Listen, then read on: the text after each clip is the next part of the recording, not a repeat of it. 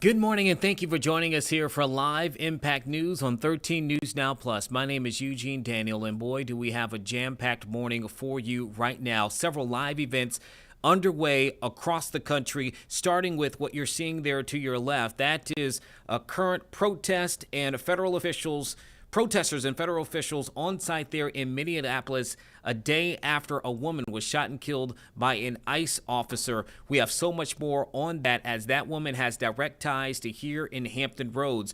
At the top right there, you see video footage that is live as well in Oklahoma, as they have confirmed tornadoes have touched down there in that state. We're going to have a little bit more on that as that information comes out. And at the bottom right there, we are awaiting a press conference from House Democrats this morning. Likely, you're going to be hearing a lot from them talking about what took place in Minneapolis just yesterday. Meanwhile, we are monitoring the trial of that former Uvalde school police officer, Adrian Gonzalez, who faces 29 counts, accused of not doing enough in that deadly shooting that killed 19 children and 2 teachers just years ago at Robb Elementary. So a lot of things that are going on right now, but of course we are going to start out of Minnesota with a live look here of protesters face to face with federal officials there and law enforcement there in the city of Minneapolis.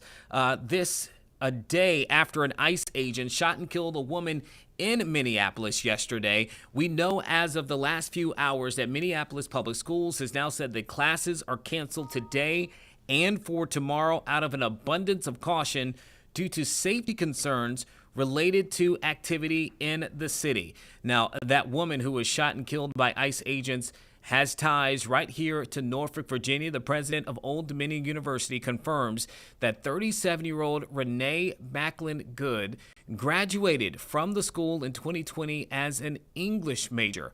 Okay, you're looking at a statement there in part from the president of ODU, Brian Hemphill, saying that this is yet another clear example that fear and violence have sadly become commonplace in our nation. He says, indeed, this tragedy reflects the deep strain being felt in countless communities across our country. As citizens, he says, it is our duty and right to call upon leaders and officials to restore civility in all facets of our lives, especially at the hands of those who are entrusted to protect and serve. There are a lot of details that are coming out of this situation, but a lot of answers that still have to come out. So here is what we know at this point. On Tuesday, the Trump administration said that it was sending thousands of ICE officers into Minneapolis as one of the largest immigration crackdown efforts that the agency has ever had. Now, this shooting, as we show you video, by the way, of that shooting that was recorded by multiple witnesses on the scene. I want to make sure that you know that throughout this stream, if we're showing you video or we're taking you live, there may be language, there may be images that could be hard to hear and see. We just want to forewarn you. Make sure I slow down to tell you that. But that shooting happened at 9:30 yesterday morning near some of the oldest immigrant markets in the city. Okay, an ICE agent shot Good in the head during that encounter. She was in her vehicle when multiple ICE officers approached her and then began shouting commands. Now, this video, if we can go ahead and show that video that we have there, Sarah. Video shows one officer reaching into the driver's side window of Good's vehicle. You're looking at it right here, captured. You see it there. All right, this as they were shouting commands. Now, that vehicle then goes in reverse before moving forward. It was at that point that officer shoots Good, who was hit in the head, and her vehicle then crashes soon after that. Now, there have been differing opinions and views on what happened during this particular encounter. We have federal officials who say that officer was acting in self-defense, and you have city and state officials who say that is simply not the case. But I want to first go to a witness of that shooting who was there on the scene. We have a soundbite from them. Let's listen to what they say they saw from their standpoint of this situation. When I got to the window, I saw the sort of maroon Honda parked perpendicularly in the street, and a good number of ICE vehicles, or presumably ICE vehicles, unmarked, black and white SUVs and trucks, parked at all sorts of angles down the middle of the street, effectively blocking traffic. And there were two men on either side of the vehicle in camo fatigues and bulletproof vests, all that. One was by the driver's side door, and one was by the passenger side door. And pretty quickly, a third man approached the vehicle by the driver's side and started pulling on the door handle, at which point the vehicle backed up and changed direction from being perpendicular in the streets to angling down to drive away, to escape. And there were 3 shots, and the car drove straight down the street for maybe 30 or 40 feet, and then started to drift off and crashed into another car and telephone pole. So you were listening there to a witness at the scene from their accounts of what they saw the moment that this ICE agent shot and killed Renee Macklin Good yesterday there in Minneapolis. Okay, again, I told you, when it comes to the version of events that took place, we're getting 2 different ideals from federal officials and city and state officials as you take this live look right now as protesters have lined the streets there in Minneapolis, coming face to face with federal law enforcement in that area overnight. Many people showed up to this particular community wanting to show their respects in a vigil for Good last night. And also now, again, you can see protesters have lined the city. I can tell you prior to us coming on to this stream that there were some tense moments in which there were federal law enforcement officials there who were seen pushing back some of the protesters, the 2 sides engaging a bit. Right now, you can see they are standing just feet apart from each other, but there have been some fairly tense moments within the last hour or so. Let's get to what we're hearing from federal, state, and local officials there about this situation. Again, federal officials, including Homeland Security Secretary Kristi Noem, says that shooting was an act of self-defense, but the mayor of the city and other officials are rejecting that. Let's first start with Kristi Noem. We recorded a large portion of her words when she was describing what took place for the first time. Good evening, everyone. Thank you for being here tonight. I want to start out by addressing the loss of life that we saw here in Minneapolis today. Any loss of life is a tragedy, and I think all of us can agree that in this situation it was preventable. I've spoken to the president today on the situation here on the ground. I also just got off the phone a little while ago with Governor Walz and spoke to him as well. I want to reiterate first with all of you the facts of what happened today. At 10:25 a.m. Central Time, Immigration and Customs Enforcement were carrying out lawful operations here in Minneapolis. Because of the adverse weather that Minneapolis has seen in recent snow, one of the vehicles became stuck and ensnared in the snow. Law enforcement were attempting to push out this vehicle, and when a mob of agitators that were harassing them all day began blocking them in, shouting at them, and impeding law enforcement operations. ICE officers and agents approached the vehicle of the individual in question, who was blocking the officers in with her vehicle, and she had been stalking and impeding their work all throughout the day. ICE agents repeatedly ordered her to get out of the car and to stop obstructing law enforcement, but she refused to obey their commands. She then proceeded to weaponize her vehicle, and she attempted to run a law enforcement officer over. This appears as an attempt to kill or to cause bodily harm to agents, an act of domestic terrorism. The ICE officer, fearing for his life and the other officers around him and the safety of the public, fired defensive shots. He used his training to save his own life and that of his colleagues. He was treated at a local hospital, has been released, and is now with family. I encourage the American people at this point in time to pray for him, but also to pray for the deceased's family and her loved ones. Today alone in this country, there have been 4 different domestic terrorist attacks on federal officers by the ramming of vehicles. 3 of them happened here in Minneapolis. We've seen over 100 of these vehicle rammings happen in just recent weeks, and this must stop. ICE alone is facing a 1,300% increase in assaults against them and an 8,000% increase in death threats against all of them. In fact, the very same officer who was attacked today had previously been dragged by an anti-ICE rioter who had rammed him with a car and drug him back in June. He sustained injuries at that time as well. And let me remind you why we're all here in this city today and why we've been here. In communities across this country and here in Minneapolis, we're just enforcing the laws that we have in this country. For years under President Biden, tens of millions of dangerous criminal illegal aliens, terrorists, and suspected terrorists were allowed to invade our country over our southern border. They were allowed to steal, to defraud, and to perpetuate violence against American citizens.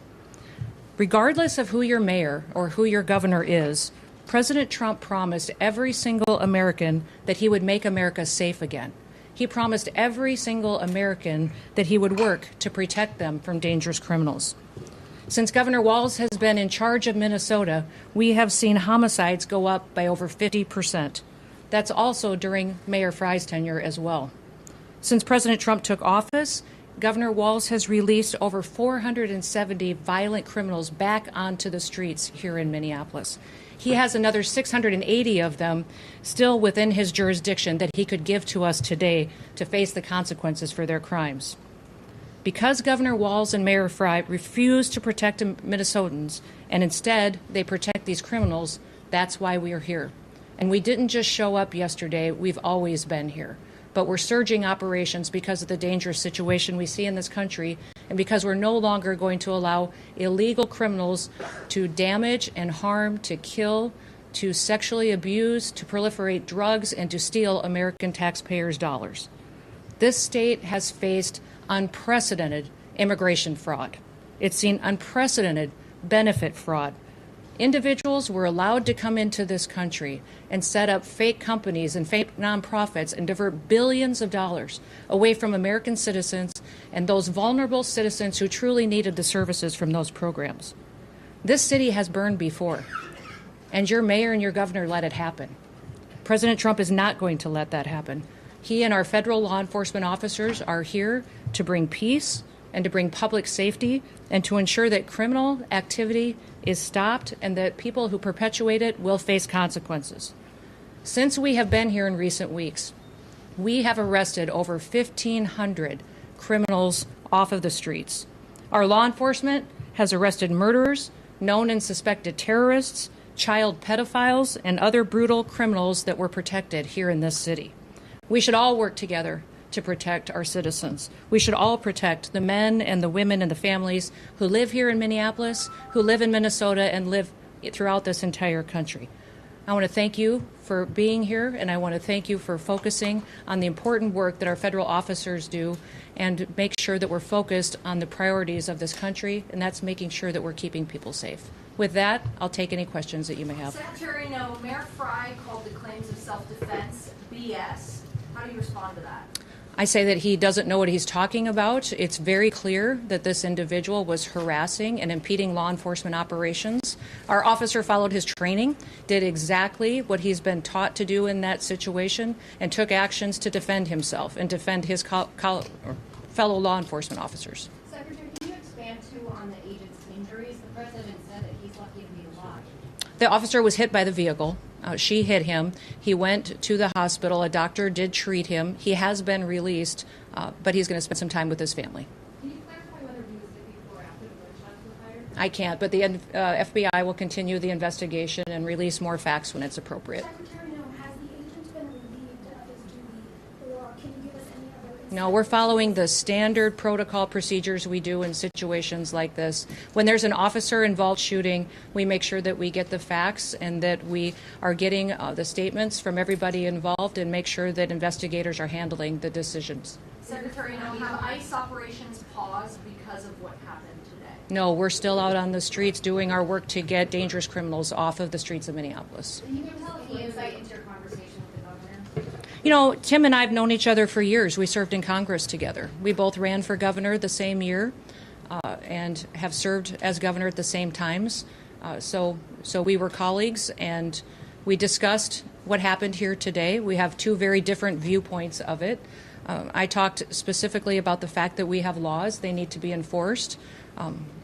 He knows that I believe sanctuary policies have protected criminals and placed a priority of them over the citizens that live here, and he knows we'll continue to do our work, and I encouraged him to work with us. We've never had a cooperative arrangement with law enforcement here. Whenever we've done investigations, whenever we've done police work, when we've been doing what we can to bring people to justice for the crimes that they commit, we haven't had the cooperation of the state of Minnesota or the city police here under the mayor's direction. If you talk to any of these federal law enforcement officers, they'll say that when they call for backup in a situation, that it's hit and miss. They were grateful today that the police chief and local law enforcement showed up at the scene and helped secure it to make sure that nobody was harmed and that the FBI could do their work. But I would encourage them to work with us, that we could form a partnership that would make sure that individuals have the opportunity to have a safe Minneapolis. Okay, you were listening there to the comments by Homeland Security Secretary Kristi Noem. This immediately following that shooting death of that 37-year-old woman there in Minneapolis by an ICE officer. Some things from her standpoint, right? She is calling Good and others that were there in that Minneapolis city agitators, saying that the woman weaponized her vehicle.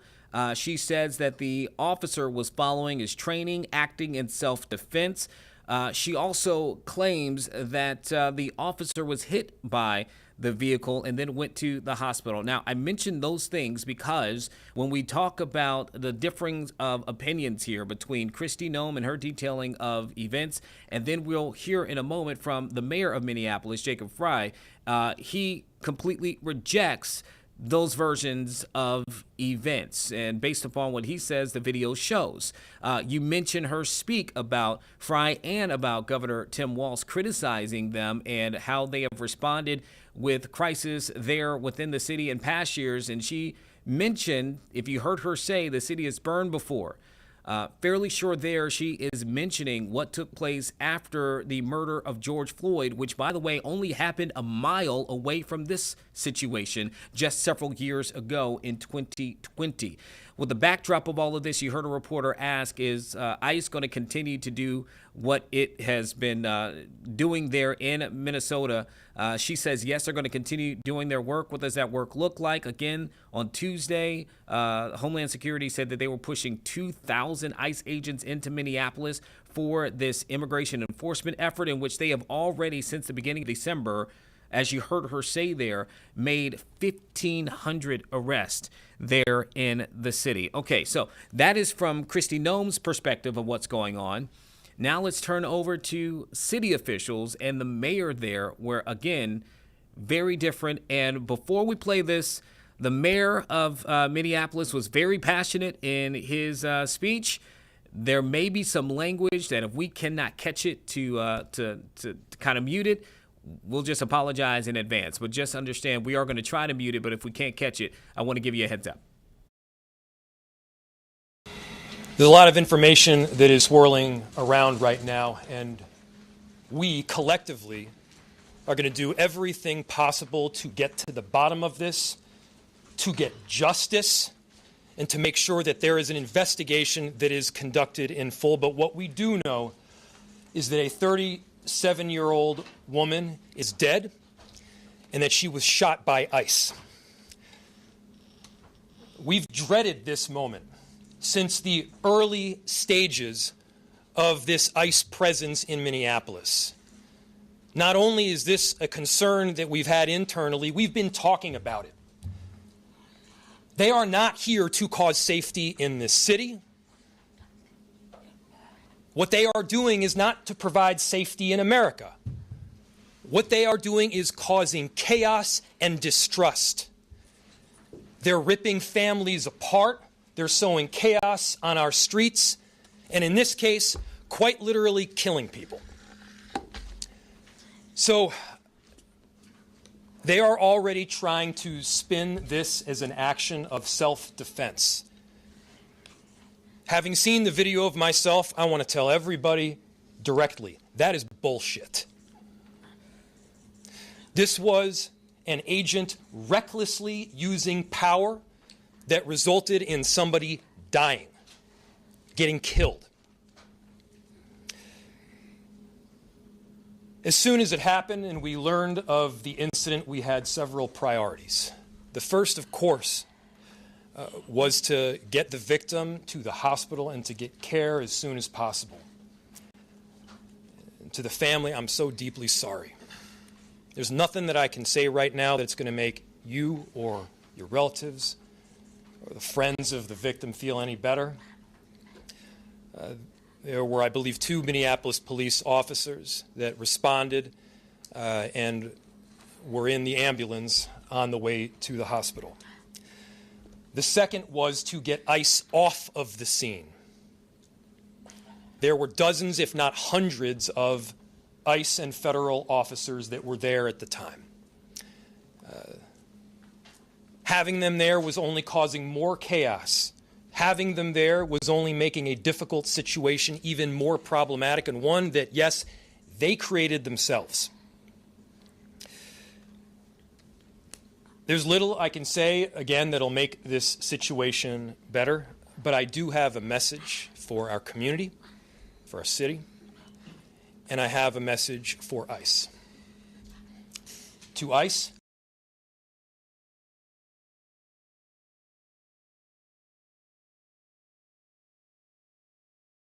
this city is to create some kind of safety, and you are doing exactly the opposite.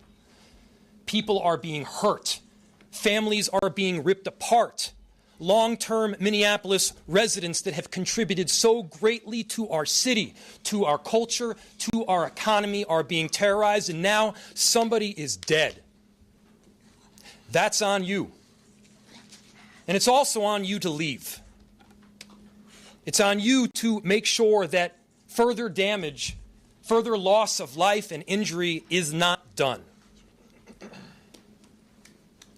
We're going to be working towards justice as quickly as we possibly can right now, and justice is what we've all got to get.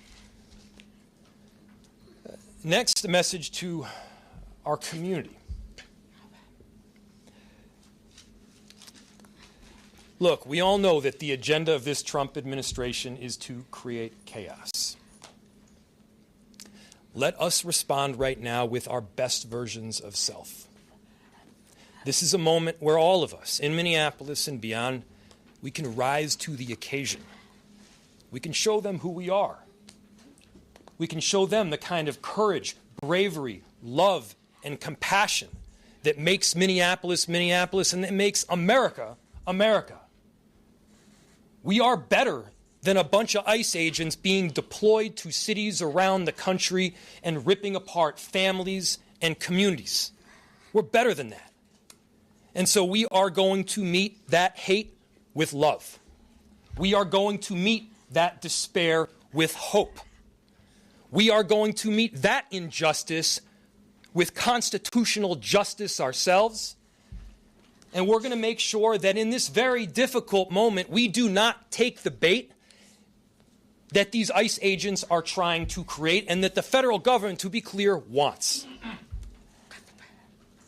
They want us to respond in a way that creates a military occupation in our city. They want an excuse to come in and show the kind of force that will create more chaos and more despair. You were listening there to the mayor of Minneapolis, Jacob Frey, there speaking after that shooting involving an ICE agent in their city. And you heard him. We bleeped it out just to let you know, make sure he was very passionate and said he wants ICE to get out of his city. This after that major effort that Homeland Security says that they have brought thousands of ICE officers into Minneapolis. They have arrested more than 1,500 people, according to Homeland Security Secretary Kristi Noem. And again, with Frey saying that he wants them to get out of the city, saying that it is on them to leave, Noem says that they're not going to do that. Now, right now, we have a live look in New York City.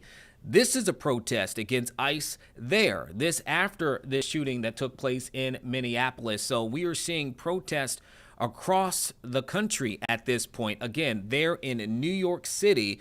At the top right there, you can see. And speaking of New York City, there we have House Minority Leader Hakeem Jeffries of New York. That press conference from the House Democrats has just begun. So let's go ahead and send it to that and hear what they have to say. Likely, you can expect to hear something about what's going on in Minnesota. In America is far too high.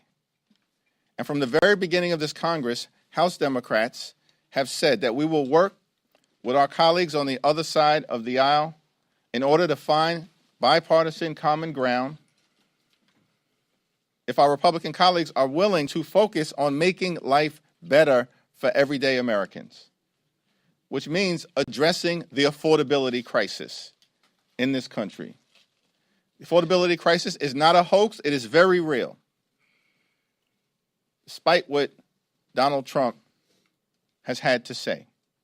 Housing costs are too high, grocery costs are too high, utility bills are too high, child care costs are too high, and health care costs are out of control.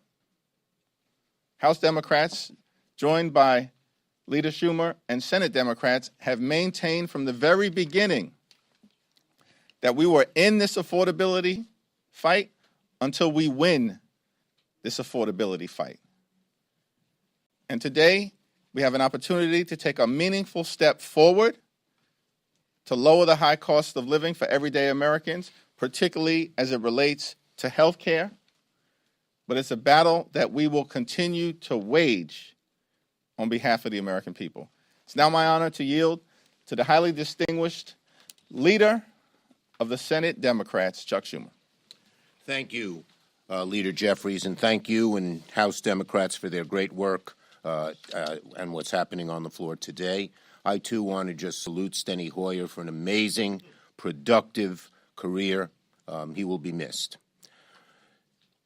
Democrats are going to make health care and other high costs, the high cost of living, the number one issue for all of 2026.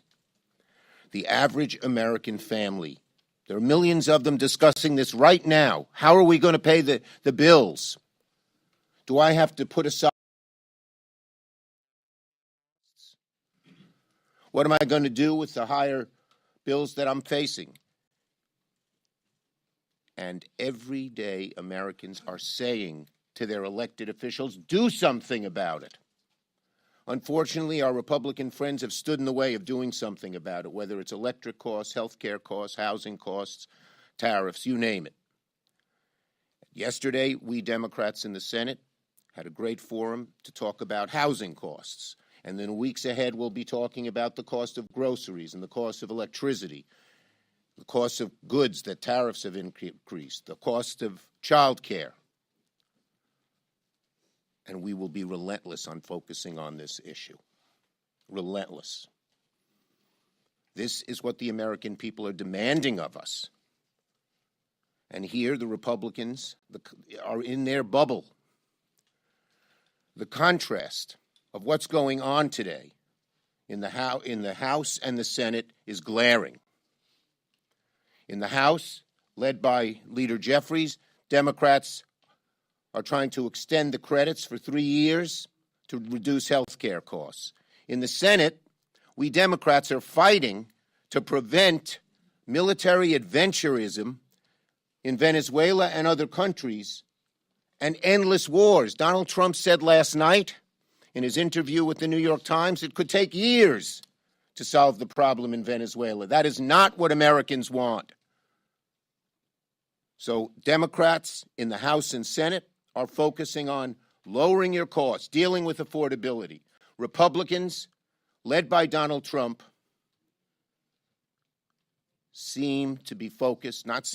are focused on spending our treasure and, God forbid, lives in military adventurism overseas.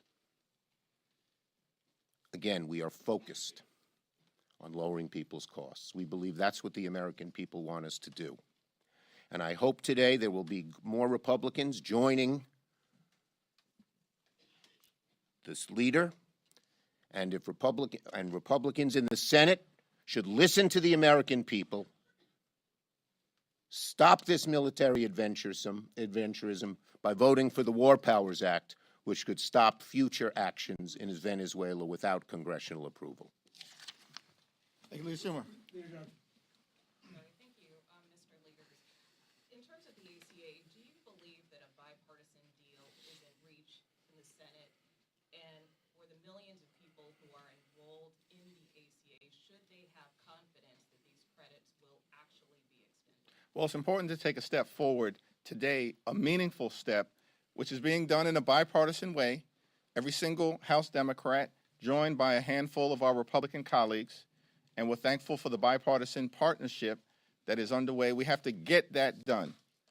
There's still 2 additional votes today before we can get the Affordable Care Act tax credit extension legislation over the finish line. So we're focused on that right now and have every confidence that Leader Schumer and Senate Democrats are going to do all that they need to do to work to get the legislation over the finish line. The Senate Democrats have been strong on this legislation, and they've been joined by a handful of Senate Republicans. Leader Thune needs to stop playing procedural games, because we know that a majority of senators are already on record supporting a straightforward extension of the Affordable Care Act tax credits. Yeah, let me say, in answer to your question, American people should ask Leader Thune, are you willing to put this bill that the House now is moving forward on the floor of the Senate, because it will pass, and that is the way to get this done. Right now, Leader Thune and Speaker Johnson have said they don't want to extend the ACA credits for a day, let alone a year. Most of the Republicans in the House and Senate want to put poison pill riders about abortion on it. They are standing in the way. They ought to get out of the way so we can help the American people. And that goes particularly to Leader Thune and Speaker Johnson. Some of your colleagues are threatening to shut down the government right now over the fatal shooting in Minneapolis. Given the fact that we saw the government shut down over these subsidies, is this a road that Democrats now want to walk down again? The Appropriations Committee, and particularly the committees on Homeland Security, are taking up this issue, and they will have a very important and serious discussion about it. You're next. So, given that you said that they're going to be taking up the appropriations process, if Democrats take back the House or Senate, will they do anything to slash funding for ICE or hold ICE accountable for these fatal shootings? There are multiple shootings, not just what happened to Renee Good.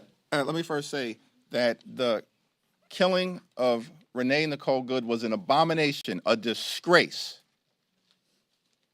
And blood is clearly on the hands of those individuals within the administration who've been pushing an extreme policy that has nothing to do with immigration enforcement connected to removing violent felons from this country. We support the removal of violent felons from this country who are here illegally.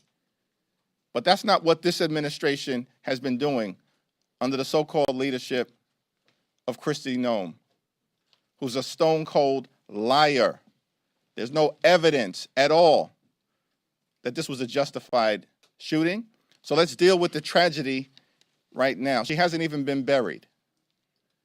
Her family is grieving.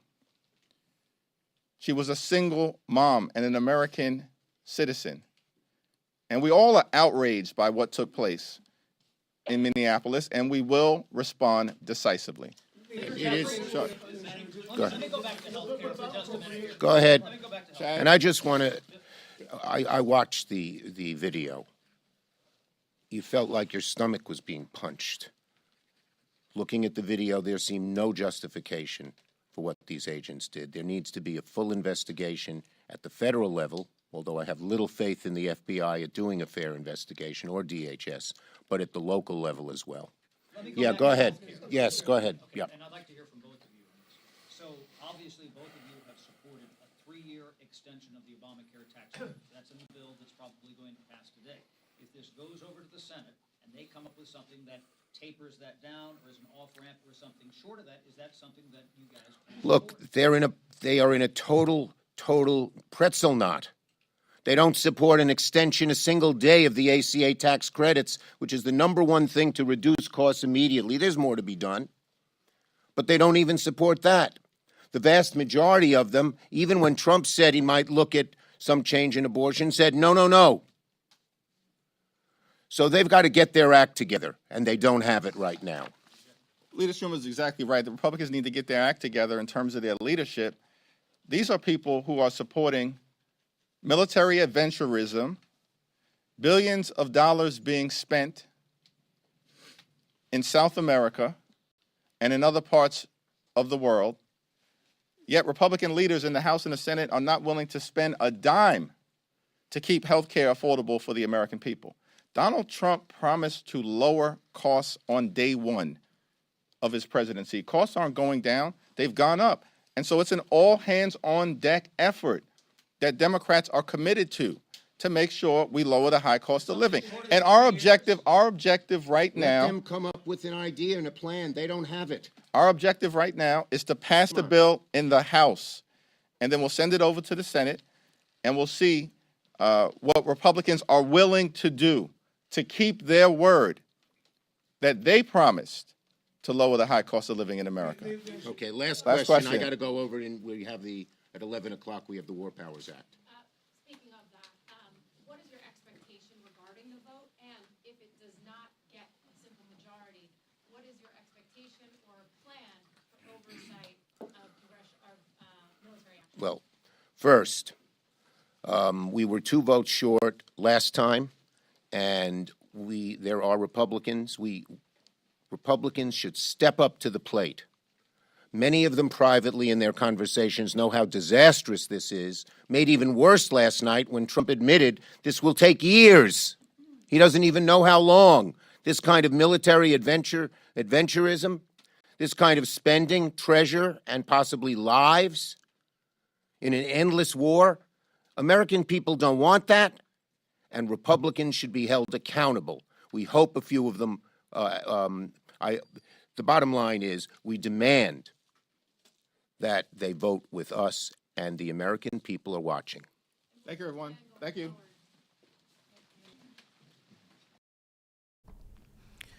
Okay, you heard there from Senate Minority Leader Chuck Schumer and then the House Minority Leader Hakeem Jeffries, both of them from New York. This as we have, well, with the live shot is still up, but it's not showing. We just showed you prior to them going up, protest in New York City about ICE, and particularly following that shooting that took place yesterday. And you heard that they were asked about that, and their comments very strong there. Hakeem Jeffries calling it a disgrace, saying that blood is on the Trump administration's hands, saying that when it comes to immigration enforcement, that they support the removal of violent criminals, but saying that is not what Homeland Security has been doing. He also, Hakeem Jeffries, called Kristi Noem a stone-cold liar about her thoughts and words about what took place yesterday in that shooting that led to the death of a 37-year-old woman who, by the way, attended Old Dominion University right here in Hampton Roads. As you take a look there at Renee Macklin Good, who graduated from ODU in 2020 as an English major there. Her mother telling the local paper in Minneapolis that she is the mother of a young child. We have since learned about her from the university that she won a major poetry competition while her studies in creative writing there. And we have received a statement from the president of the university, ODU President Dr. Brian Hempfield. You can see it there, calling this another clear example that fear and violence has sadly become commonplace in our nations. He goes on to say that it is the duty and right of citizens to call upon leaders and officials to restore civility in all facets of their lives, especially at the hands of those who are entrusted to protect and serve. But we've heard from several different officials, right, at the local level there in Minneapolis and also at the federal level, and they could not be further from each other in terms of how they are viewing this particular event. There's several videos showing it, and then the two sides have very different positions on what happened, who is at fault, and who should be accountable for it. You heard there from Chuck Schumer also saying that he saw that video. He does not believe there was any justification for what the agents did, said that it needs to be investigated, though he doubts that it really will be properly. Again, Kristi Noem saying that what the officer did was justified, as you're taking a look at video there of the moments that shooting took place. She says it was justified, saying that Good weaponized her vehicle and that the officer was simply acting in self-defense, okay? And this has, again, sparked protest across the country, certainly there in Minneapolis. As you take a look at video, moments after the scene, we actually captured this on this stream at the end of yesterday's stream, right around 11:30, 11:40, when this was kind of unfolding and our cameras could see the images that you were looking at, that you were just looking at right there. We ended our stream yesterday. This is before we had any confirmation of, had anyone died, who had been shot. At that point, all we had was a tweet from the city of Minneapolis and the local sheriff's office saying that they were aware that a shooting had occurred involving a federal law enforcement official. We've learned so much more since then, and there are still more questions to be answered at this point. And speaking of questions to be answered, we also have sound from the governor of Minnesota, Governor Tim Walz, who was asked several questions during a press conference about this situation. And we said, that this is something that the state and federal officials, city officials, they have differing opinions on. So let's listen to what the governor has to say, who earlier we showed you, he's been in the spotlight, particularly being criticized by Republicans and Kristi Noem about certain events that have taken place there in the state, which we'll talk about on the back end of these comments.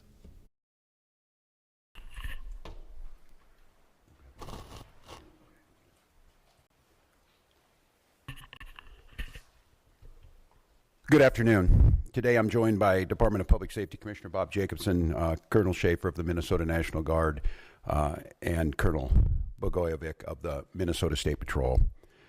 This morning we learned that an ICE officer shot and killed someone in Minneapolis. My deepest condolences to the family, to the loved ones who had to learn about this tragic event on national television. We have been warning for weeks that the Trump administration's dangerous, sensationalized operations are a threat to our public safety, that someone was going to get hurt. Just yesterday, I said exactly that. What we're seeing is the consequences of governance designed to generate fear, headlines, and conflict. It's governing by reality TV, and today that recklessness cost someone their life. I've reached out to Secretary of Homeland Security Kristi Noem, and I'm waiting to hear back. Let me be clear, Donald Trump and his administration may not care much about Minnesota. That's been pretty evident, but we love this state. We won't let them tear us apart. We'll not turn against each other. To Minnesotans, I say this: I feel your anger. I'm angry. They want a show. We can't give it to them. We cannot. If you protest and express your First Amendment rights, please do so peacefully, as you always do. We can't give them what they want. The hearts and minds of the people in this state are on our side. To Americans, I ask you this: please stand with Minneapolis. To Minnesotans, know that our administration is going to stop at nothing to seek accountability and justice. The State Bureau of Criminal Apprehension are working on the investigation. We have activated the State Emergency Operations Center. State Patrol and Minnesota National Guard leadership is connected with the Minneapolis Police Department, the St. Paul Police Department, Hennepin County Sheriff's Office, the DNR, and Minnesota's Homeland Security and Emergency Management. We have activated dozens of members of the State Patrol's mobile response team. And from here on, I have a very simple message. We do not need any further help from the federal government. To Donald Trump and Kristi Noem, you've done enough. There's nothing more important than Minnesotan safety. I've issued a warning order to prepare the Minnesota National Guard. We have soldiers in training and prepared to be deployed if necessary. I remind you, a warning order is a heads up for folks. And these National Guard troops are our National Guard troops. They're teachers in your community, they're business owners, they're construction professionals. They are Minnesotans. Minnesota will not allow our community to be used as a prop in a national political fight. We will not take the bait. We will continue to update you, Minnesota, as we get more information. Now I'd like to turn it over to Commissioner Bob Jacobson of the Minnesota Department of Public Safety.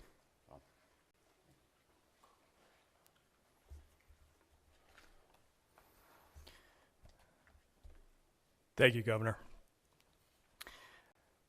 As the Governor mentioned, my name is Bob Jacobson. It is my honor to serve as the... Okay, you were listening to comments from Minnesota Governor Tim Walz, and what a week it has been for him and his staff. And just last week, we were here on the stream when he made his announcement that he will not be running for re-election after serving multiple terms there in Minnesota. And then also, if you recall, was the running mate with Kamala Harris to become the next vice president of the United States. Obviously, they did not win in that regard. And now we have a situation where he's not going to run anymore for the governorship there of that state.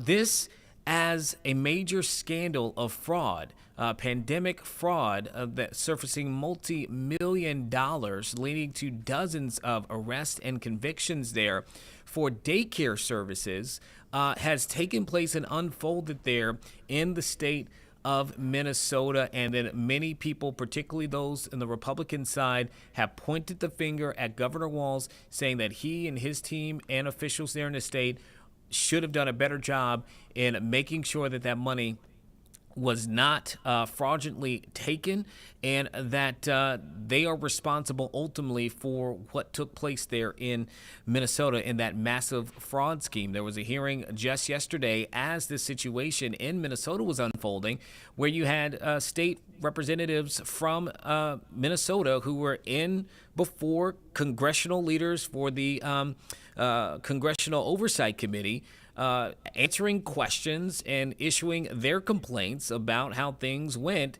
in terms of response to that fraud scheme. Now, why am I mentioning that? It's not just because of Tim Walz. It's because it's in response to that we've heard a lot from the Trump administration about the Somalian community there in Minneapolis, which anybody who knows anything about Minnesota, particularly Minneapolis, you know that it has a very large and vibrant community of Somalians who have made that their homes. And a large portion of those who had been convicted and arrested as a part of that scheme were Somali residents there, or Somalians in that Minnesota community. And that has become a major talking point by the president and other officials in the Trump administration, now targeting those in the Somali community there in Minneapolis. And it was mentioned as a part of, I've told you multiple times now, the charge by Homeland Security to send those 2,000 ICE agents into Minneapolis. This particular shooting that led to the death of that 37-year-old woman happened just blocks away from a well-known immigrant community there in the city. And so all of these things appearing to be connected in some way, shape, or form. And for Tim Walz, he's been the target of a lot of criticism. We heard it from Kristi Noem there earlier today, just in our stream not long ago, criticizing Walz and his response to certain events. But you heard him say, hey, we don't need any help from Trump and his administration, saying that they have the situation under control, echoing the thoughts of the mayor there of Minneapolis wanting for ICE to get out of their community. So a lot is happening in Minnesota right now, and you have state, city officials and federal officials clearly not on the same page and not agreeing in this particular circumstance.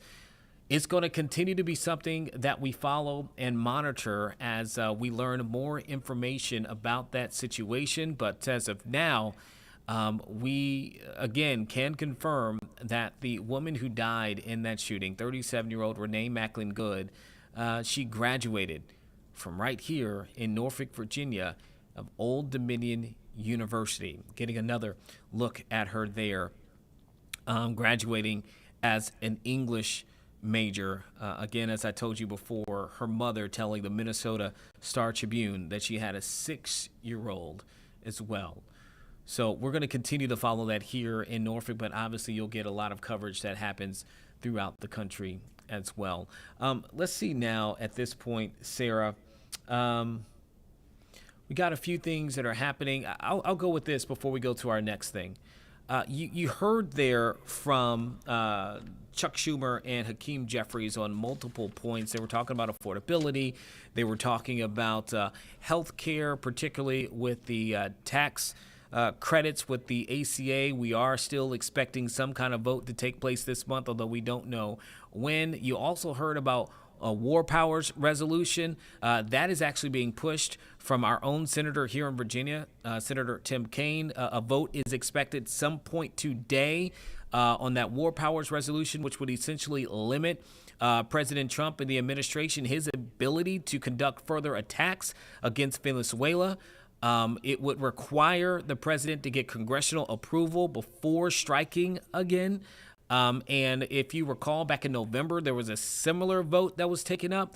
That was shut down. It did not pass. There were 2 Republicans who voted along with Democrats in that, but it ultimately did not pass. Today, Senator Kaine hopes that it gets more support days after the strike of Venezuela and then the capturing of its president, Nicolas Maduro. But we do have at this point something else that they talked about during that, and that was off the top.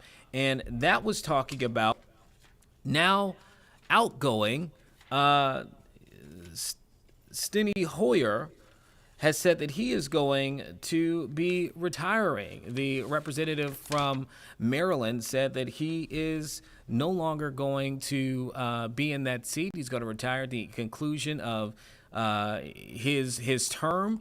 And we were able to not only capture the moments in which both Hakeem Jeffries and Chuck Schumer talked about the announcement, but we also were able to capture, while we were going live with everything that was happening in Minnesota, we were able to capture words from him himself. So this is him just about 30 minutes ago on the floor. Let's see what he had to say. First, to my family, which has borne much of the burden of my service. Stand up, family.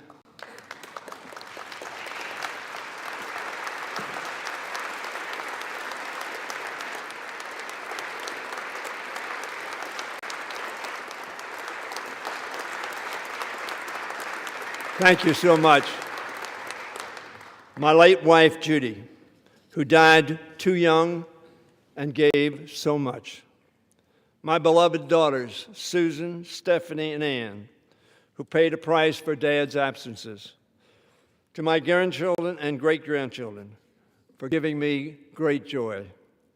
My mother, who thankfully lived to see her son become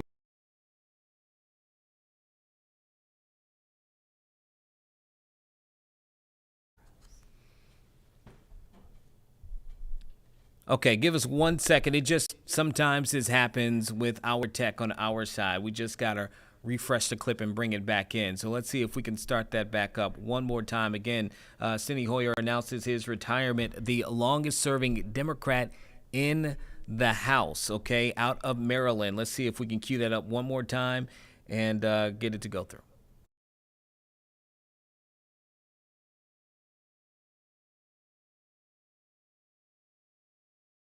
great joy. My mother, who thankfully lived to see her son become the president of the Maryland State Senate. To my staff, for serving me and their nation with great loyalty and ability. To my colleagues, for trusting me with leadership. To the people of Prince George's County, particularly the African American community, without whom I would not have won my elections. To the people of the 5th District, who gave me a majority of their votes 23 times. And to my wife, Dr. Elaine Kamarck, who has made my life whole and happy Thank you, babe.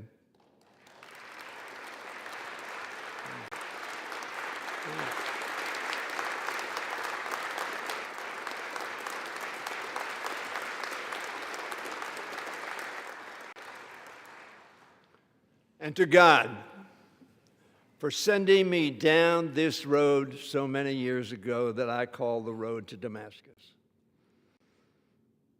I want to thank all of my colleagues, extraordinary people, decent people, people whom their neighbors respect and sent them here. The only way you got here was your neighbors said they wanted you to represent them. Thank you all. Mr. Speaker, with tremendous gratitude, I yield back.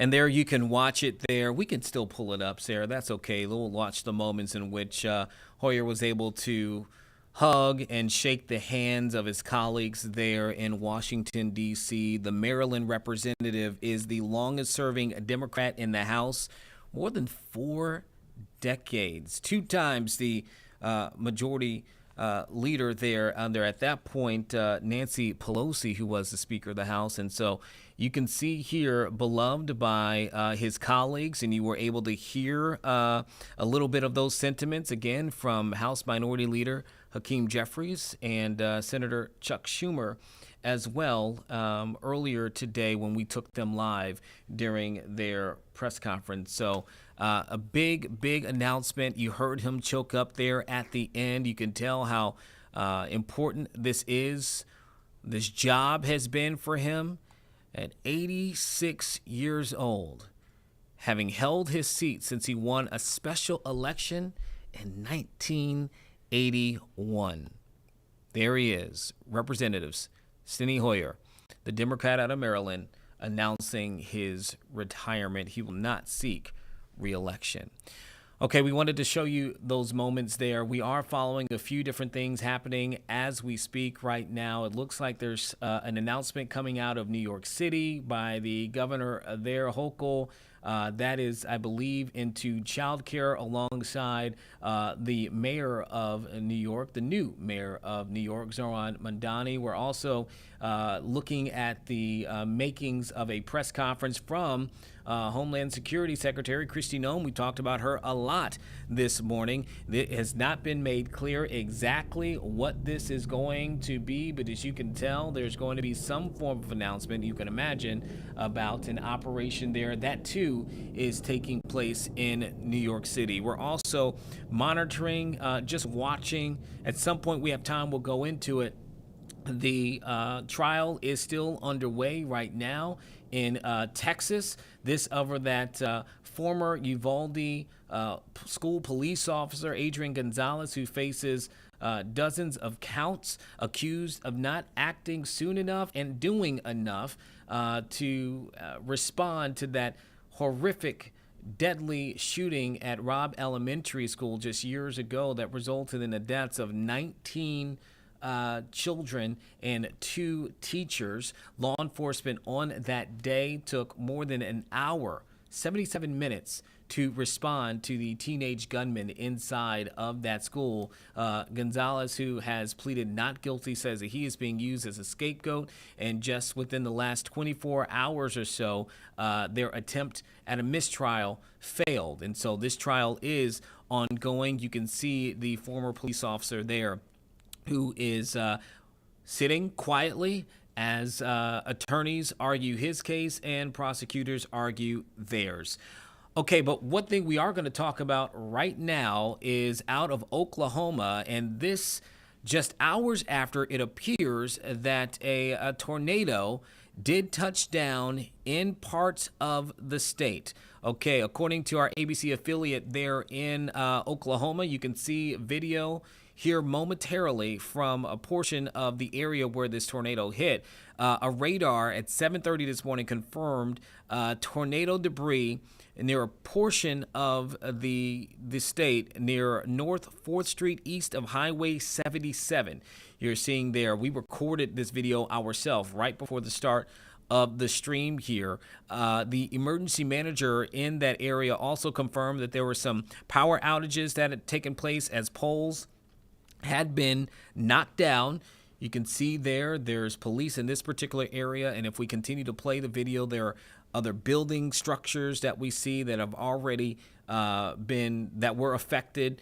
There were some shots. It didn't know if it was connected, but aerial shots here on an interstate that showed an 18-wheeler that was on its side. Again, it kept coming back to that. It's unclear if that was connected, but we know that there have been multiple tornado warnings that were issued for parts of Oklahoma as well. At this point, it is unclear to us whether anyone was injured, but we did see traffic kind of moving throughout the area as we were watching this take place in terms of this video being captured just about an hour and 15 minutes ago. So to talk about this right now, we're going to bring in meteorologist Hunter Force, because Hunter, we were talking and chatting it up.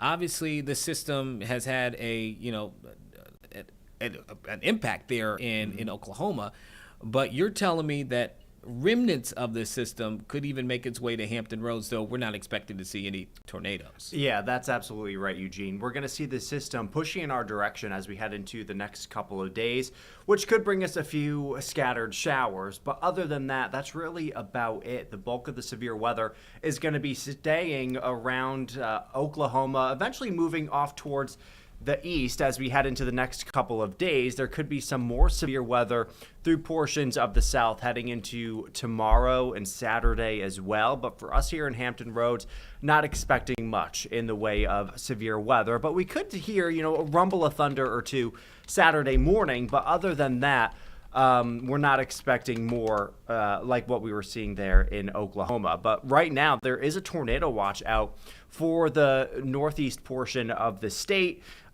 around Missouri and Arkansas as well. If you're in Tulsa or you know someone who's in Tulsa, the good news is that threat of severe weather is over. The storms have pushed away and out of Tulsa, Oklahoma, now heading over towards Springfield, Missouri, Branson, Missouri, Fayetteville, Arkansas, up around Independence. And right now, there are no tornado warnings in effect. There are a few severe thunderstorm warnings, but no tornado warnings right now. So the main threat right now with this line of storms is going to be some gusty, damaging winds, some hail as well. Could certainly see a spin-up tornado or tornado warning being issued eventually, but right now there are no tornado warnings in effect. So right now, just some severe thunderstorm warnings. But like Eugene was saying, there have been tornado warnings throughout the morning right around Oklahoma City, around Norman, and even around Tulsa, Oklahoma as well. Multiple tornado warnings at once. But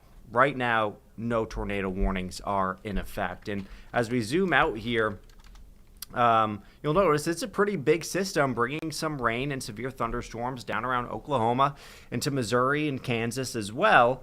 And even a little bit of snow in areas around Nebraska and Denver, Colorado. But we'll see the system pushing in our direction as we head into the next day or so. But the main low pressure system is going to move off towards the north and the east, more so away from us.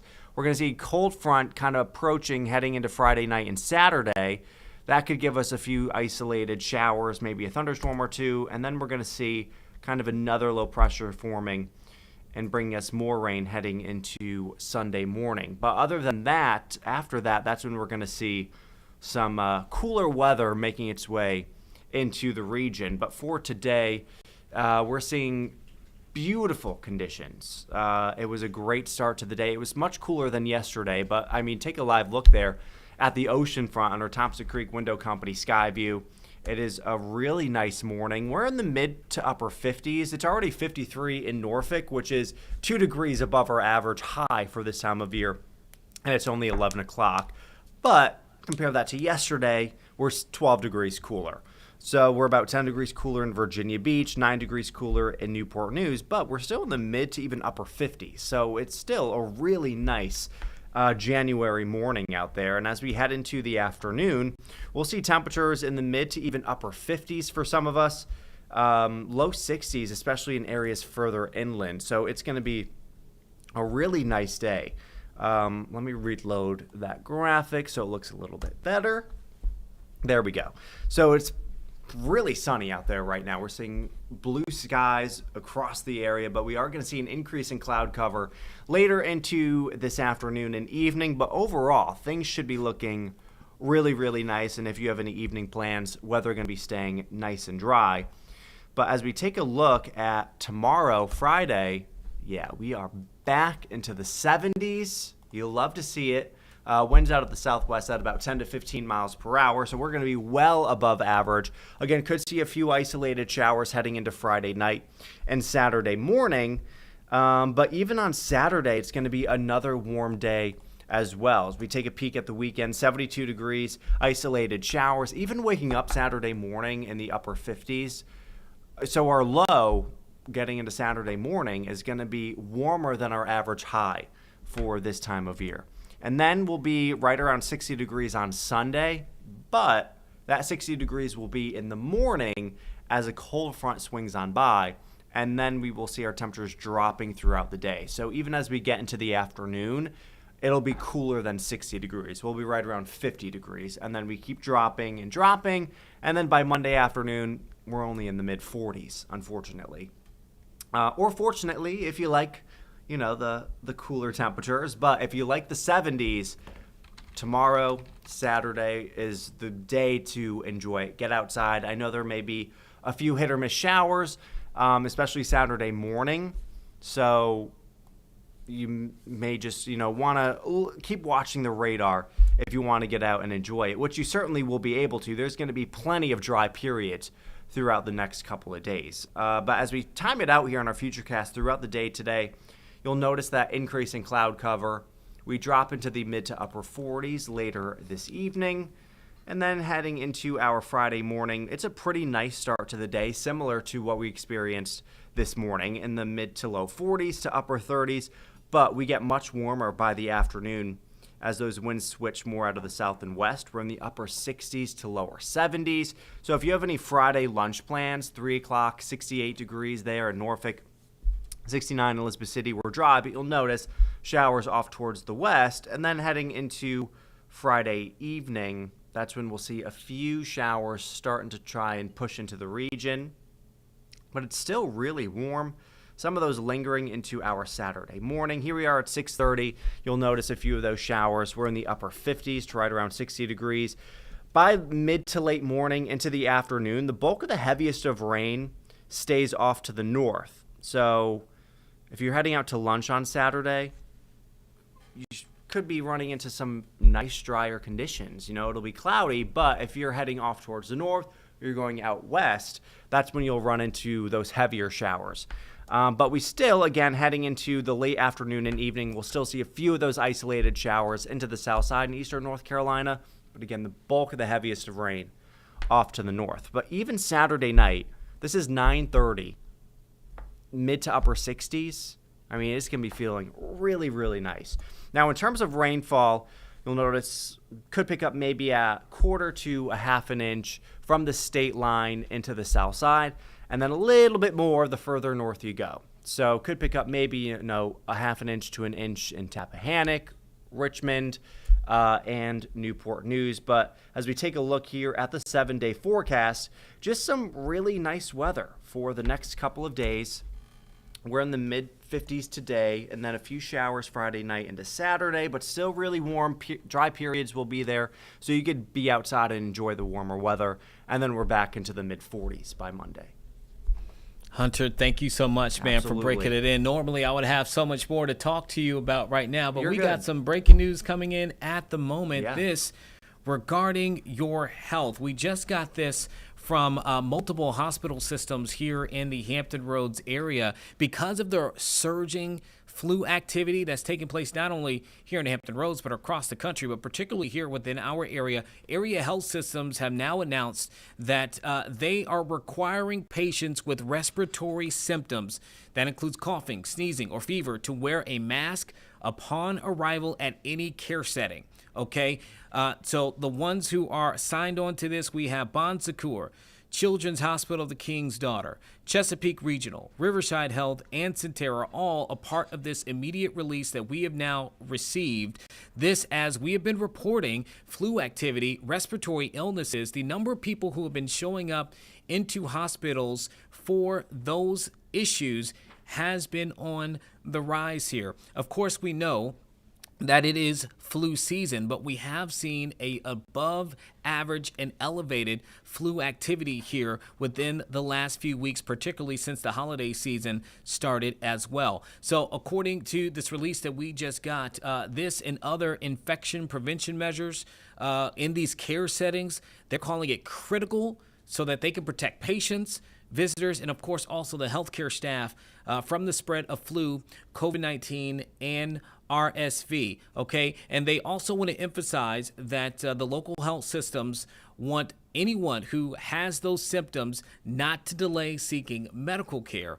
They also say if you don't have a mask, the mask will be provided across the care settings if you are needed. Of course, we're going to continue to follow this, I'm sure, from our newsroom here at 13 News Now, but we just got that, and I wanted to make sure that we sent that over and got that out over the stream as soon as possible. The other thing that is happening right now, we kind of teased this. We said that there would be some form of vote today on that War Powers resolution. Well, right now it appears that that has either begun or it's about to happen. Now, on my screen, what I see, because I have this pulled up on Senate.gov, the particular motion right now that is being voted on as you watch from the Senate floor there in Washington, D.C., it's a motion to look at a resolution that would direct the removal of U.S. armed forces from hostilities within or against Venezuela. Okay, that's what this particular roll call vote is on at the moment as this tally is being brought together. Now, we told you that our own senator here from Virginia, Tim Kaine, has been pushing this War Powers resolution, which would limit the president's ability to conduct any further attacks against Venezuela, particularly without congressional approval. Okay, this resolution would require the president to get that approval before striking again. It comes after, of course, the events that took place over the weekend with that overnight strike of Venezuela, and then the capture of its president, Nicolas Maduro, that has now triggered so many different responses. A new interim president to be sworn in. There are a lot of things that have happened as Maduro and his wife now are in a facility in New York City as the president there of Venezuela in our who is here in New York, now faces a trial, expects to go to court again in March. His first court appearance was earlier, just a few days ago. But this War Powers resolution has been something that Senator Kaine has continuously pushed. If you remember back in November, pushed it then as well, but it did not pass. There were two Republicans who joined in with Democrats. It just wasn't enough to get that ahead. And so they're hoping that today there can be more of a support for this War Powers resolution, as there have been a lot of questions about, the U.S.'s plans and the decision here within this particular mission. Remember, Congress was not notified prior to that attack. The president, when asked why Congress was not notified, simply said within his press conference that day that Congress leaks. Okay, that obviously has been a source of tension for people like Kaine and others who believe that they should at least have some form of say, as it states in the Constitution, when there is a situation like this. Okay, so that kind of sets up, we're going to keep an eye out for this when the tally comes up. Maybe there'll be some statements that will be made, but as of right now, that is not the case We're not seeing any statements made in this moment at the time. Okay, what I was going to do after that, I was going to take us to Uvalde, or to Texas, where that former police officer, the trial is underway, but it looks like they just went into recess. Typically, that's what that means on our end. They're showing just the top of a statue, which means they have gone on some form of break at this moment. But we are right now seeing a live press conference in New York with the governor there making a announcement alongside the newly sworn in mayor of New York City, Zohran Mamdani, as we also await the beginning of a press conference with Homeland Security Secretary Kristi Noem, which is queued up, but it has not quite started. So let's start with the governor of New York there, Kathy Hochul, Sarah, and chime in. We'll listen in a little bit, provide a bit more context as we listen in afterwards. And then once the secretary begins her comments, then maybe we can switch to that as well. I want to continue focusing on these transformational plans and the support we're providing Mayor Mamdani to make our collective vision become a reality.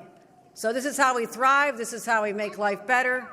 So to Mariah and all the parents out there across New York, this one's for you. We're going to lift you up. We're going to support you. We hear you. We hear you. And I'll never stop fighting for you, your families, and your futures. Thank you very much, everyone.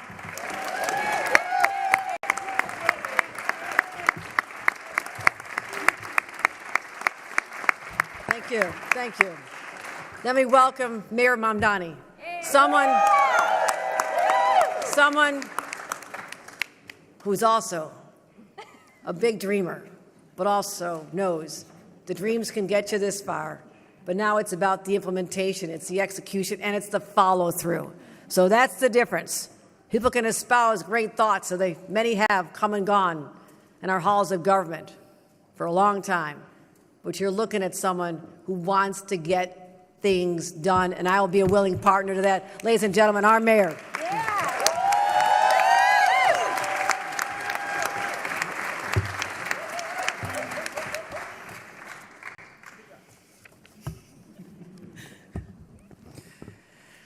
Good morning, New York. Good morning. Today, we take one step to realizing a city where every New Yorker, every family, every child can afford to keep calling it their home. Yes. It is an honor to be here in Flatbush alongside Governor Hochul. Governor, thank you for your partnership and thank you for your leadership.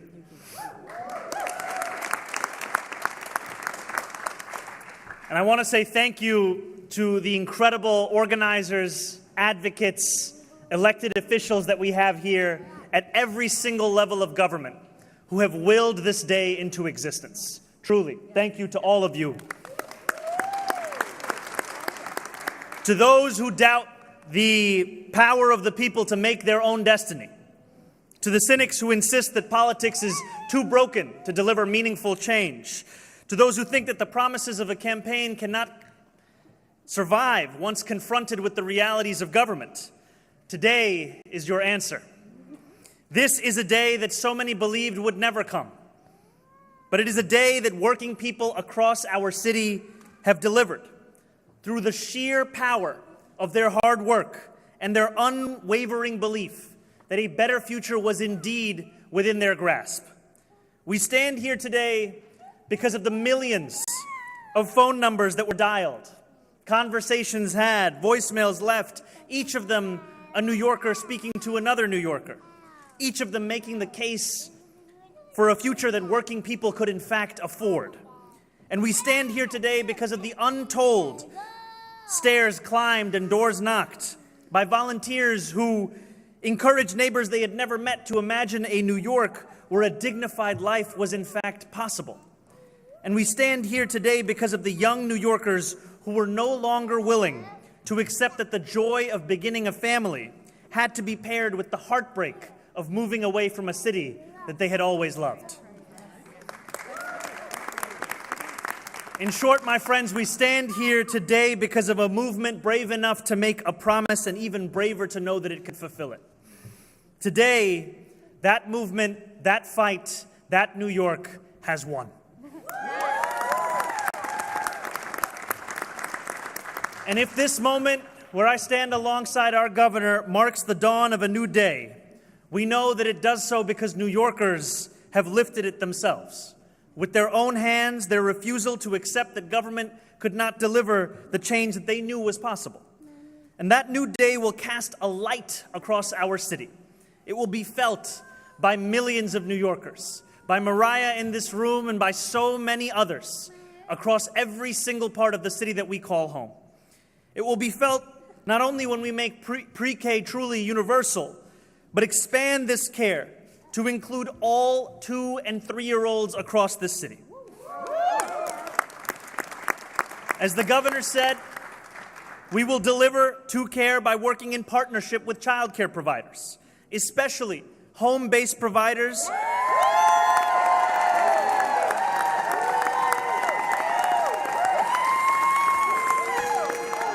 who have been doing this work without thanks or recognition for far too long. We will build on the city's existing 3K program and say no longer will a family in Flatbush be offered a seat but have to find out that that seat is in Astoria. We will add seats in the neighborhoods where demand has not been met. This will be felt by expanded subsidies for tens of thousands of additional families. It will be felt when parents look at their bank accounts at the end of the year and see that they have saved more than $20,000 per child. And it will be felt when neighborhoods no longer feel hollow and empty because those we love haven't been forced to move away to raise their children elsewhere. It will be felt when our children receive high-quality care and enjoy better outcomes later in life as a direct result. And I want to be clear, this will include children with disabilities and children who live in our shelters. This will be felt when our economy hums with the hard work of parents who are able to return to the jobs that they love, rather than have to quit because they can't afford to pay for care. And that feeling will not be abstract. Its mere absence has been measured to the tune of $23 billion in a single year of economic productivity in this city. I want to express how proud I am of this victory that we have achieved together, the political will we have mustered together, and the partnership between city and state government that we will enact this movement's vision together. And I stand here on this stage alongside our governor in deep recognition that for too many years, the relationship between Albany and City Hall has been defined by dysfunction and discord, by feuds and by factionalism. Petty grievances have interfered with the work of serving the people. Political posturing has consumed the attention of those with the power to transform lives. And I am deeply committed, alongside this governor, to charting a new course, one where people look to government and expect collaboration, not competition.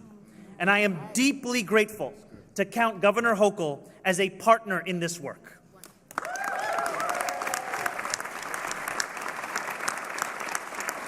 And I know that for Governor Hochul, unlike any governor before, this progress is deeply personal. She, like so many other parents, could not find childcare when she had her son and had to quit her job working for Senator Moynihan. She, better than most, knows how devastating these costs can be and how they can put a career on pause. And the governor has heard what I have heard, that these struggles are in fact ones that are reflected across our city. You're listening there to the mayor of New York, new mayor of New York, Zohran Mamdani, as he stands beside the governor of New York, Kathy Hochul, and they are announcing an expansion to free child care there in the state. And this is for 2-year-olds under this plan that they're unveiling here this morning. We hope to get more details. Obviously, we caught the back end of this, but what I can tell you at this point is that ahead of this announcement, they said that they were committing to fully funding the first 2 years of the city's free childcare program for 2-year-olds, saying it is an expansion of the city's existing pre-K program that they have there. The first year, though, they say will focus on high-need areas that will be selected by the city. So that is the announcement that you are hearing right now. It is, from what I understand, probably the first major move here by Mamdani as the mayor, fulfilling a commitment that he had talked about quite often during his campaign there in New York City. Okay, we now want to go to Texas. They are back in session, and it looks like they are hearing maybe from witnesses who are being called to testify at this moment. Again, this is the case of that former Uvalde school police officer who is now being tried in a very rare case for not doing enough when it came to that terrible shooting there at Robb Elementary School in Uvalde just a few years ago by that teenage gunman. Adrian Gonzalez is the name of that former officer. He is in the courtroom right now. But again, it appears that someone may be about to take the witness stand, and they are not showing this individual's face. But you're looking at video right now, again, from inside of Robb Elementary School. Again, 19 children and 2 teachers were killed in that shooting. Hundreds of officers responding, but they did not go into the school for 77 minutes, which is long since now caught the criticism of people within that community and elected officials as well. Okay, with that, let's go ahead and turn our attention here to the courtroom in Texas right now, again, where this trial is underway of that former police officer, Adrian Gonzalez. Is that right? Yes, ma'am. Okay. And it's slightly southeast of the street of Geraldine, right? Yes, ma'am. Okay. Now,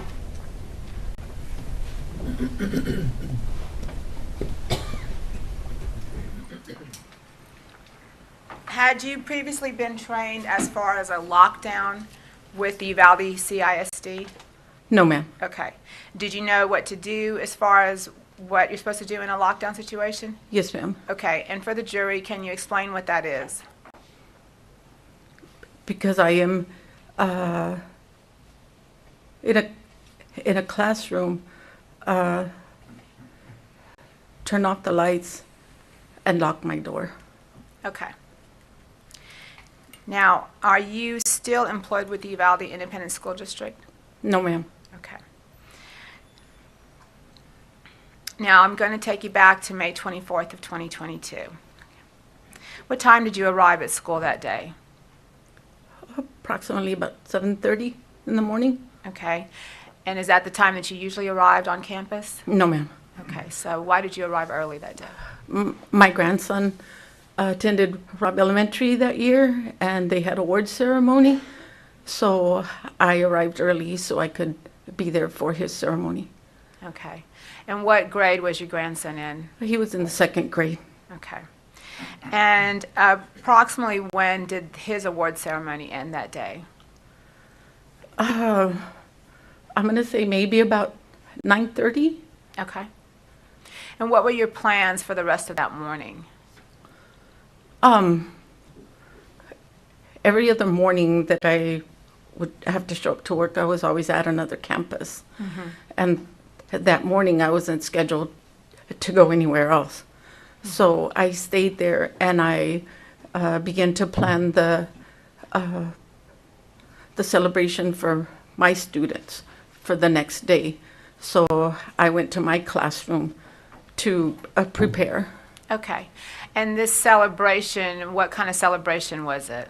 It was an end of the school year celebration. So we were going to have a dance for the students and their families. Okay. And were you coordinating the celebration with another teacher? Yes, ma'am. Okay. And what was his name? Gabriel Gonzalez. Okay. And what were you and Mr. Gonzalez's plans for? Was he supposed to be doing something? He was the one that was in charge of purchasing food, snacks for the dance. So he came over to my classroom and we spoke about what we were going to serve, where we were going to serve it. And he had a list of what snacks and food he was going to get. And so we spoke about that, and then he left to the grocery store to go purchase the items. Okay.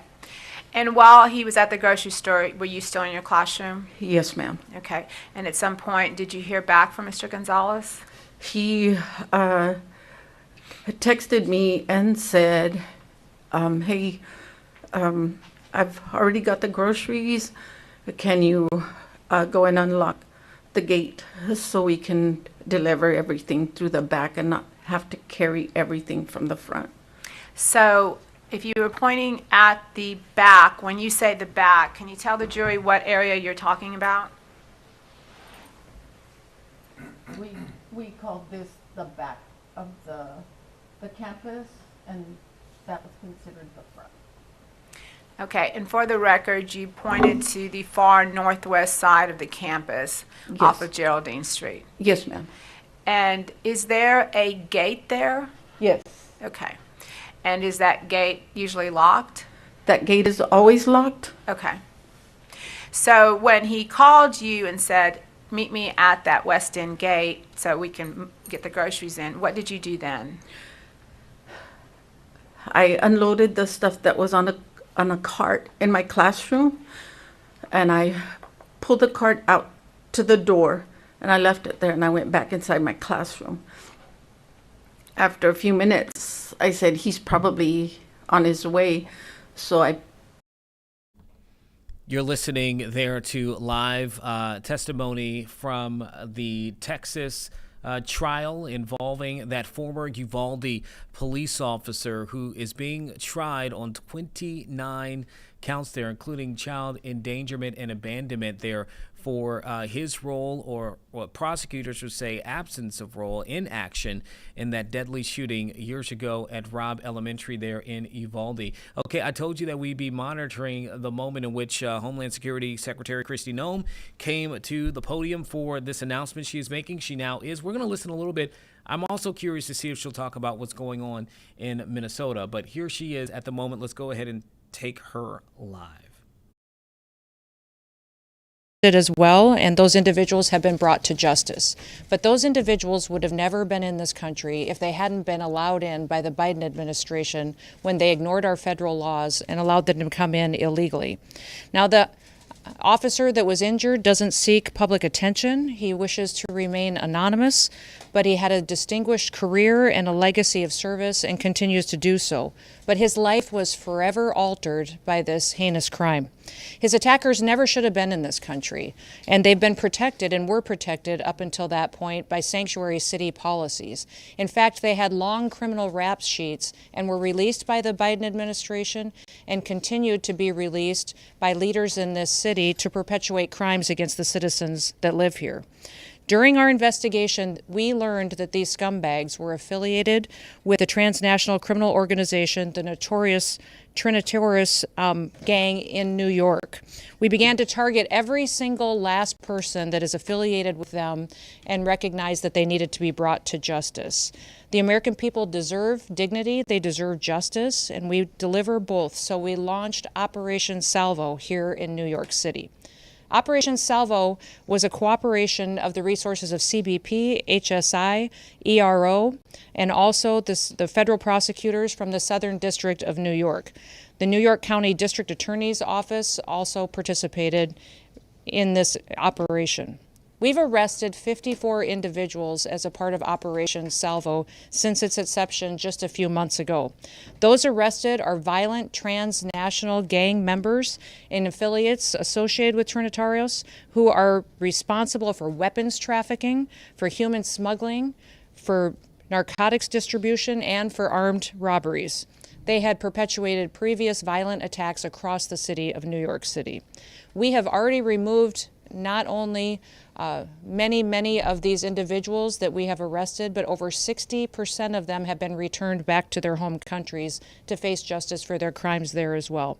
These arrests and these removals represent a significant blow to the criminal network that has been terrorizing communities and right here in New York City and throughout the United States.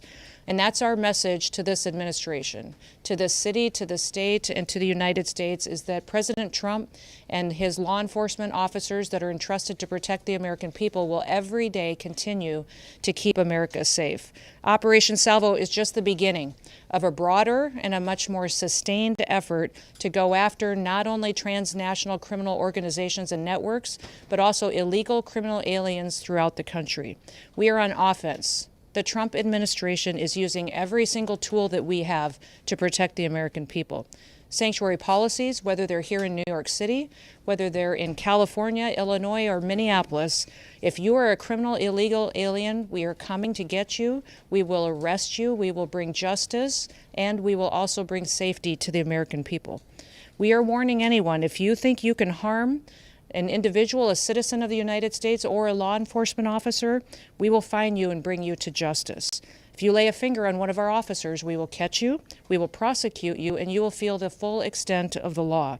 In every single thing the Trump administration does, we put the American people first. Operation Salvo has proven that by taking 54 dangerous individuals off of our streets and protecting the people who live here in this city. Now, also, thanks to President Trump, we have 2.6 million people who have left our country who shouldn't have been here in the first place. They were here illegally, and over 650,000 of them were arrested, detained, and deported back to their home countries. 2 million of them left voluntarily.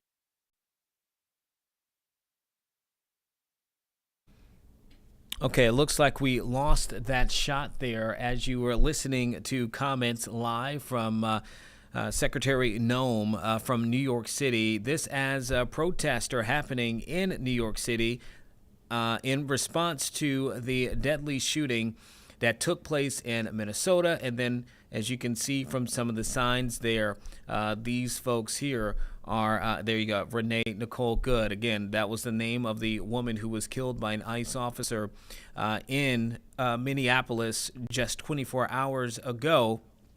But as those protests are happening, Noem's press conference is happening right now in New York City. It looks like we do have that shot up. You heard her mention there, it doesn't matter where you are, whether or not you're in New York, California, or in Minneapolis and Minnesota.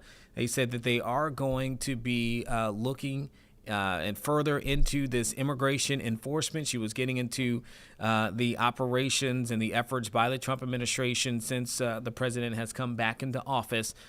So again, she spoke on it briefly, but this particular press conference appears to be a very specific case that is coming out of New York City there. We're going to transition a little bit because we're going to show you again live now from the Senate floor. We told you about that War Powers resolution that is being voted on today, that is being pushed by Virginia Senator Tim Kaine, who is calling on this to go through from his colleagues. It would limit the president's ability to move American forces and attack into Venezuela. A very similar resolution was attempted back in November. It did not pass at that time. If it were to pass, it would require the president to seek congressional approval before doing anything else when it comes to Venezuela. Remember, Congress was not notified of the attack that happened on Saturday, this past Saturday, before that took place. Now, the other person who supports this would be Virginia Senator Mark Warner, who we actually caught up with during a conversation with multiple reporters just about 2 hours ago. We just got that interview back to us. And so let's listen to what he has to say about all of the events that are taking place. But we also expect to hear him talk about this War Powers resolution, which he would be voting for as well here as it undergoes on the Senate floor. We're doing these weekly updates, bi-weekly now. I'm going to touch on two topics before I get to your questions. First, the tragic shooting in Minneapolis yesterday. I think we've all seen the video. I think the officer needs to be held accountable. The challenge we have is, we've given ICE so much money. They have a budget bigger than the FBI. They have the budget bigger than, frankly, the French military.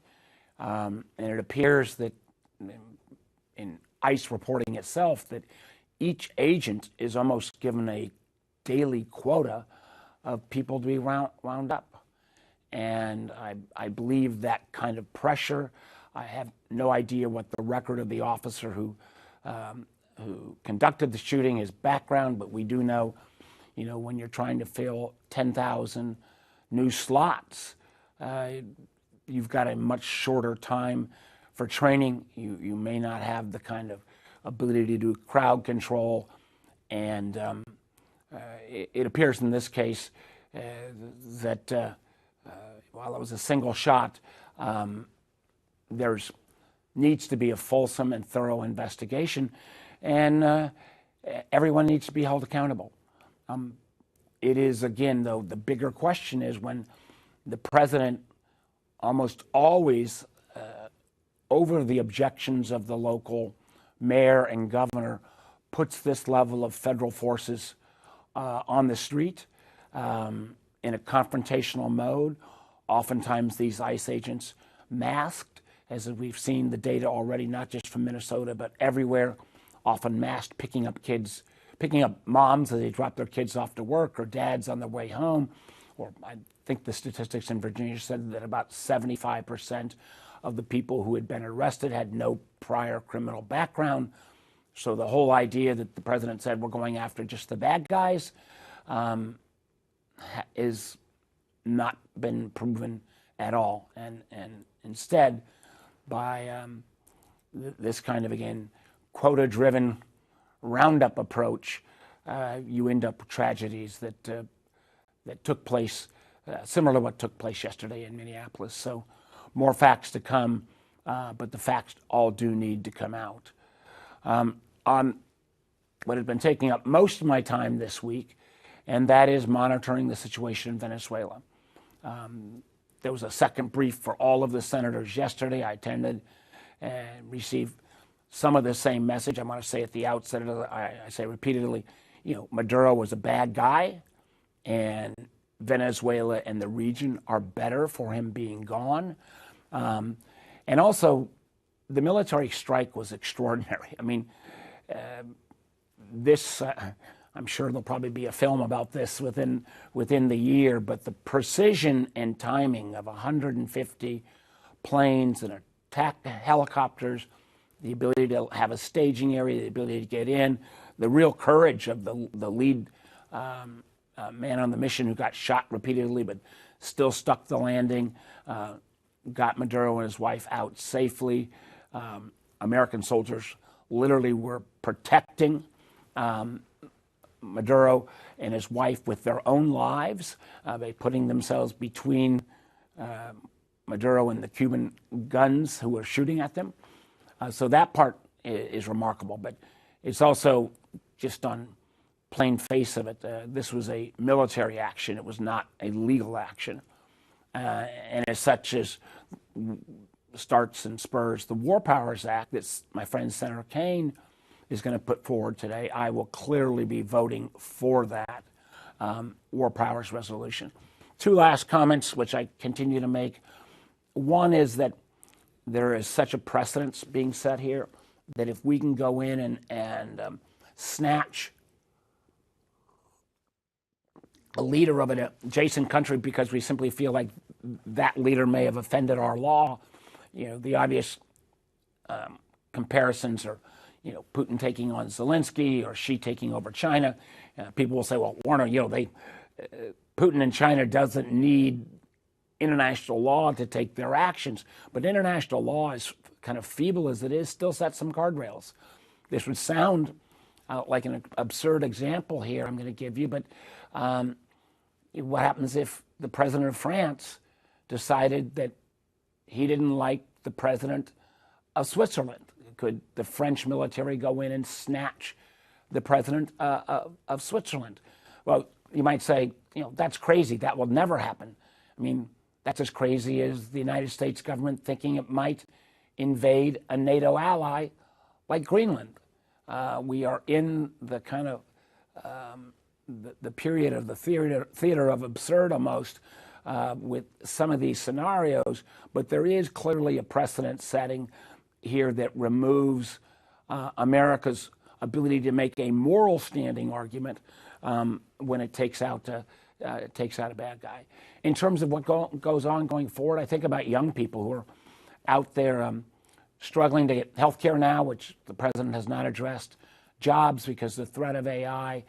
I got to really wonder whether the Gen Z folks really want our country to be spending billions, tens of billions, hundreds of billions of dollars protecting and controlling Venezuela, where at the very same time they want a job and they want lower costs. Because the ability for us to control Venezuela really is going to be dependent upon how long we keep the fleet, the armada, outside of off the shores of Venezuela. Our ability to strangle their economy is based upon interdicting the boats, because without the ability for Venezuelan oil to flow to other markets, Venezuela is bankrupt. I mean, we were told it's literally days away from not having enough foreign currency reserves to pay any of their postmen, to pay any of their street cleaners, to pay any of their cops. And while the violence level has been relatively low on the streets of Venezuela, if folks suddenly start not getting paid, you could have real chaos. And if you are running the country, to use the president's terms, what role would we then have to pay to restore order? And how, I know the president has said, we're going to go ahead and take this 35 million barrels of oil that Venezuela's got stocked in its reserves and sell it. That's not something the United States does as a nation state. We have companies that do that, but we don't do it as a nation state. So there's still a whole lot of questions to get answered. And again, reminding everyone that on Saturday, the president promised Venezuela's oil is going to pay for this cost of this whole operation. Does that mean paying for the cost of the fleet to be for a year or two off the coast of Venezuela? We still don't have questions on that as well, or we don't have answers on that as well. And particularly that, what is this costing our country on a daily basis, are facts that I'm trying to ascertain as quickly as possible. Lots more on Venezuela, but why don't I stop there and go ahead and take your questions. Our first question is from Mark with CBS 19. Hey, Senator Warner. Thank you for bringing time today. Just want to take your thoughts on a proposed ICE detention center being built in Stafford. I know it's... Okay, you just heard the comments there that we had from Senator Mark Warner about the situation unfolding in Venezuela, particularly about that vote and resolution in the Senate that just wrapped up, that war powers resolution that will limit the president's ability without congressional approval when it comes to any kind of future operation in Venezuela. And we just got this in. They just wrapped up that vote on that resolution, that they have advanced it.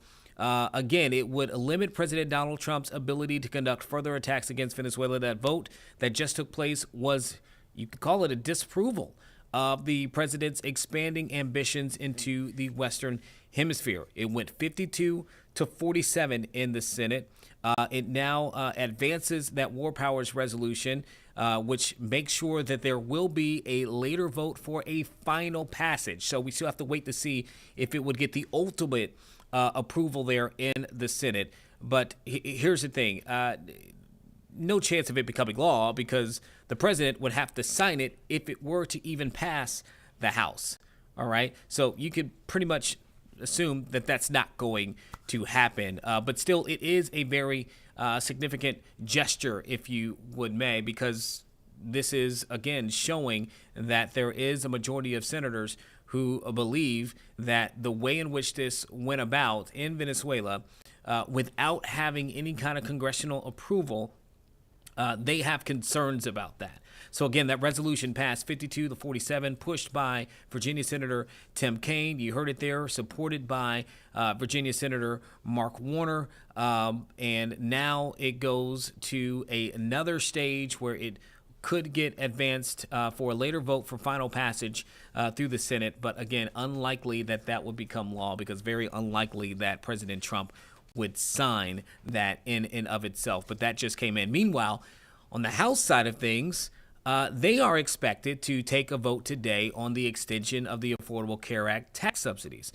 Those enhanced tax credits, remember, expired at the top of the year, December 31st. January 1st was the day in which those were gone, and that caused for 24 million Americans to see a significant rise in their premiums. Those who utilize those enhanced tax subsidies, healthcare subsidies. And so what we're just seeing, it just absolutely wrapped up literally moments into it. We were about to pull it in so that you could see live comments happening on the House floor. And I think, Sarah, as soon as you pull it in is when they went into recess. So now you know they'll be back at noon.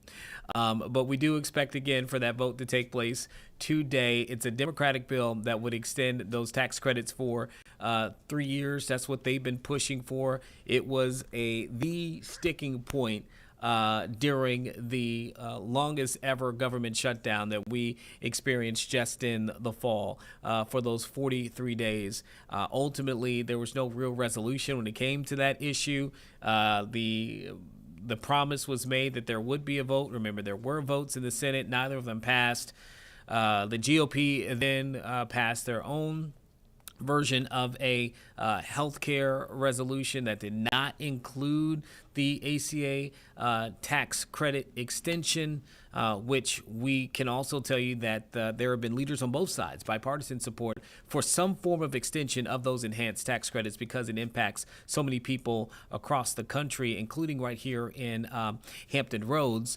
We've done reporting that looked at more than 50 or so thousand people in the 757 area who depended upon those enhanced tax credits. Remember, it's the enhanced credits, though, not all of the tax credits. So for those 24 million, again, here in Hampton Roads, roughly 50+ thousand people, it's the enhancement on top of the other tax credits that was the issue here. So we have a few things that are still going. We still have, let's go back to New York, where Homeland Security Secretary Kristi Noem is taking questions.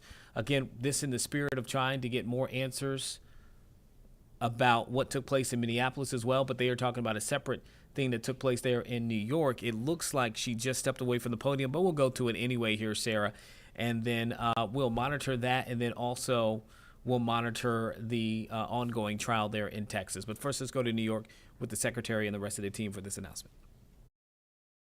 Someone who was in the gang, they were not members, but it varies. It varies spectrum from speaking to individuals associated with the gang to just having conversations. In October, we saw mass protests and armored vehicles rolling down Canal Street. How do we ensure that we don't see another situation like what happened yesterday here in Manhattan? What I would encourage everyone to do, and especially your elected officials, is to bring everybody together, to talk about partnerships and start working with ICE and start working with CBP as we bring criminals to justice. And many times your policies and the rhetoric coming out of elected officials has divided people and pitted them against each other. Our job every day, and what President Trump promised to do, was to protect every single American, no matter where they lived in this country, that he was going to make sure that we weren't going to have more victims in this country. And we are going to continue to do that each and every day. And I'd encourage the leaders in this city and your governor and in other cities and states across this country to work with us rather than opposing us, so that we can continue to make our streets safer. Yes, right here. Hi. This is not the only example, the one that you bring up today, of officers being attacked by alleged gang members in New York City. We also had those officers who were attacked in Times Square back in May. With these examples, has Mayor Mamdani and his administration offered to cooperate when it comes to getting criminal gang members off the streets? Because we know he is not a fan of ICE, but when it comes to criminal gangs, is there any kind of leeway that is being given now? You know, we're hoping the mayor will work with us to get these criminal elements and especially gang members and terrorist organizations out of New York City. I know he and the president had a productive conversation. Our communication at the Department of Homeland Security has not been productive with the mayor's office or with NYPD, but we want to continue those conversations so we can work together. Yes. Director Russo spoke about how this operation happened discreetly under the cover of darkness, and that's how it should be, which is in contrast to what happened in Minneapolis yesterday. You said What do you mean in contrast to what that was happened? very much not under cover because of the darkness. protesters and the violent Well, so criminals my that were question for you attacking our is, law enforcement. you If you had said- remember in that operation, May I- what happened was our officers were out trying to get a car stuck out of the snow when they were surrounded and assaulted and blocked in by protesters that were inciting. The officer was following his training. He I'm did follow his wondering, training does because of an firing two individual shots that was point blank into a driver's window. Is that part of the training? How is that self-defense? This is an experienced officer who followed his training, and we will continue to let the investigation unfold into the individual and continue to follow the procedures and policies that happen in these use of force cases. But let's remember the events that surrounded what happened yesterday on that tragic situation was that these individuals had followed our officers all day, had harassed them, had blocked them in. They were impeding our law enforcement operations, which is against the law.